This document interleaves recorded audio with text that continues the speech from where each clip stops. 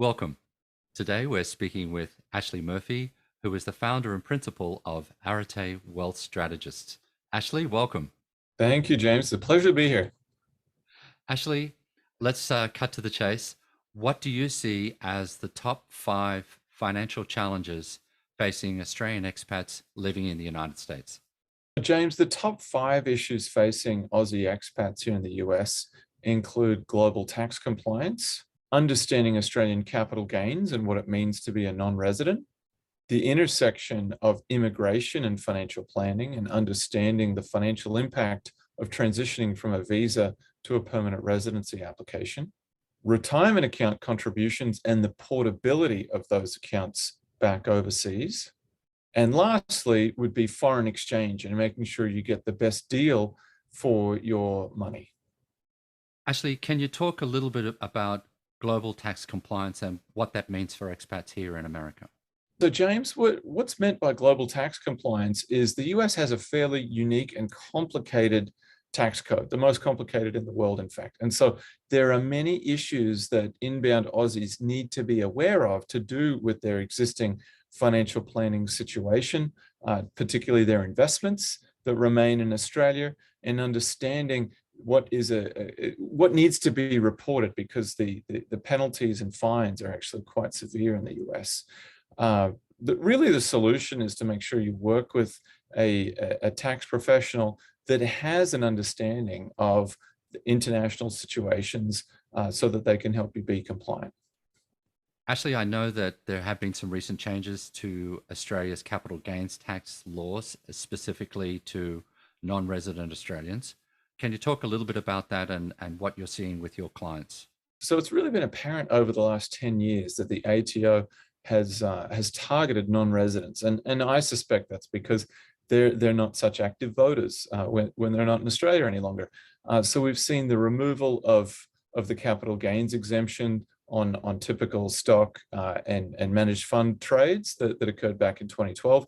And then more recently in 2019, we saw a change to the primary resident exemption. And what a lot of folks don't understand is how that tax is applied. So there is the amount that's taxed while you're a non-resident, and then when you return to Australia, you resume being taxed as a resident. And when that sale ultimately occurs, that gain is taxed according to your period of residency or non-residency. So it doesn't end up making a huge difference whether someone wants to sell from abroad or back in Australia. The tax that they will end up owing will end up being approximately the same, assuming that there isn't a significant growth, and holding period upon their return to Australia. So they segment those periods. Actually, a lot of our members are considering becoming permanent residents or even citizenship. How is that going to impact them from an Australian taxation perspective? Well, it's not going to hit them so much on the Australian side, but the US side.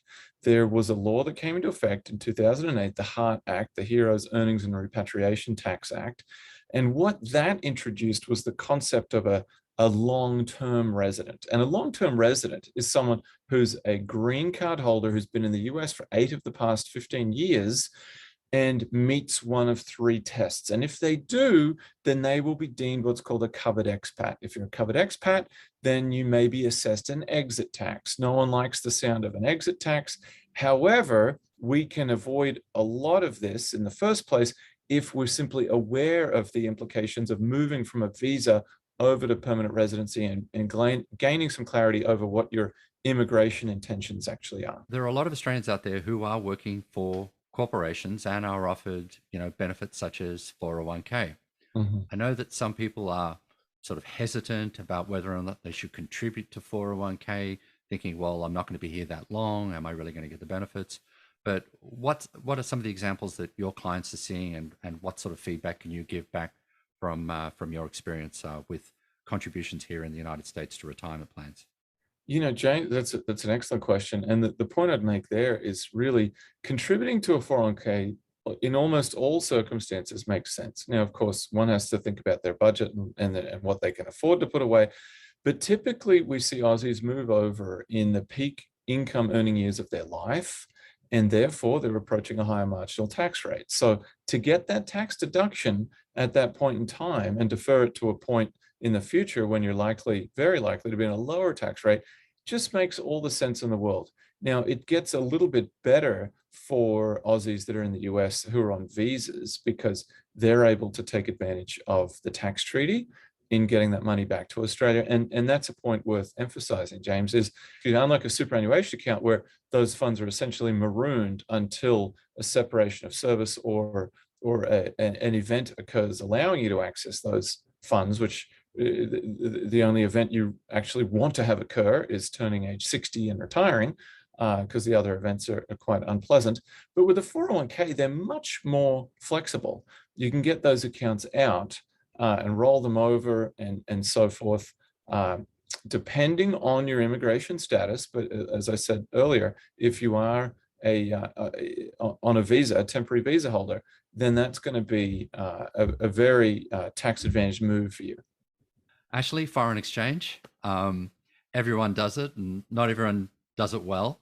Perhaps you can just share your thoughts on how Australians need what they need to understand about foreign exchange. Absolutely, absolutely. So the key thing is really understanding what the cost of that foreign exchange actually is. And the name to know there is the interbank rate. What's the fee? What's the spread you're paying on the interbank rate? That's the first thing. And I think looking at the almost 40-year period since the Australian dollar floated, we can see that the Aussie dollar really below 80 cents is still within its average. Below 70 cents, you're looking at a very good deal, and above 80, the Aussie dollar is looking very strong. So the volatility of foreign exchange is stupendous. It's moving around all the time. In the last 2 weeks, we've seen a move from 72 cents down to 68 cents today. And so if you've got someone who is keeping an eye on that, or you've got a strategy in place yourself where you're able to take advantage of these gyrations in that market, then you're getting more money for your money. And that's just good financial sense. Yeah, just on that note, the Australian banks charge somewhere between what, 4 and 6% of built into the exchange rate. So let's say the Australian dollar and the US dollar were at parity, deal with OFX, you would be getting 99.55 cents. It's really important to shop around and to compare rates before you move money, especially if you're moving large amounts. I know that some people are looking to move money over to buy property, or maybe they're just moving over a lot of money for their business. Again, I cannot stress that how important it is to make sure that you're getting a good rate when you move money, because it can cost you tens of thousands of dollars if you make a bad decision. You're preaching to the converted. Yep. Well, look, Ashley, thank you so much for your time today. And thank you also for joining our organization as a corporate member. We do appreciate the support. Now, if someone wanted to reach out to you and follow up with one of the topics we covered today, or maybe something else, what's the best way that people can reach you? Absolutely. Best way to reach me would be to come to my website, which is Arete, ARETE -WA for Wealth Strategists Australia, so WA.com. And take a look there at the Get Started page, and that will provide instructions on how to get in touch with us. Excellent, Ashley. I really appreciate your time today, and thank you so much for sharing this great information. Yeah, it's my pleasure. Thanks so much, James. I'm proud to be a corporate member. Thank you.